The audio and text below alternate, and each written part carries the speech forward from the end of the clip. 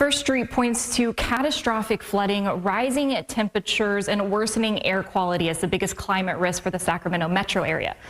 But does that mean the county will see a mass exodus? Well, it's complicated.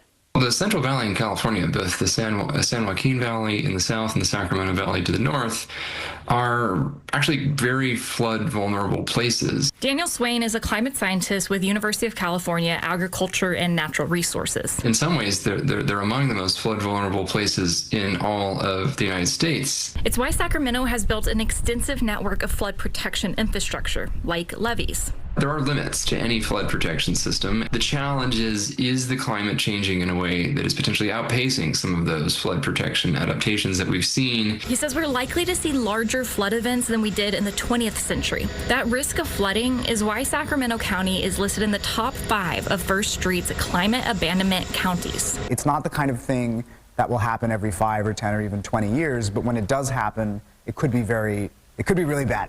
The San Francisco Chronicle data team looked into the data. But what is much less certain is what this implies from a migration perspective.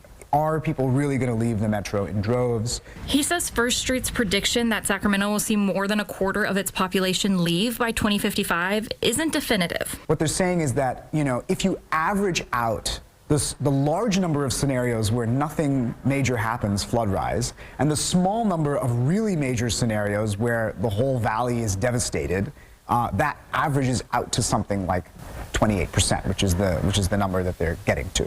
And while a major flood that breaches the levee system would be devastating, if you live in the Sacramento area, you're more likely to be impacted day to day by worsening air quality coming from wildfires in the area. Ultimately, climate scientists say now is the time to think about how we'll adapt to a warming world.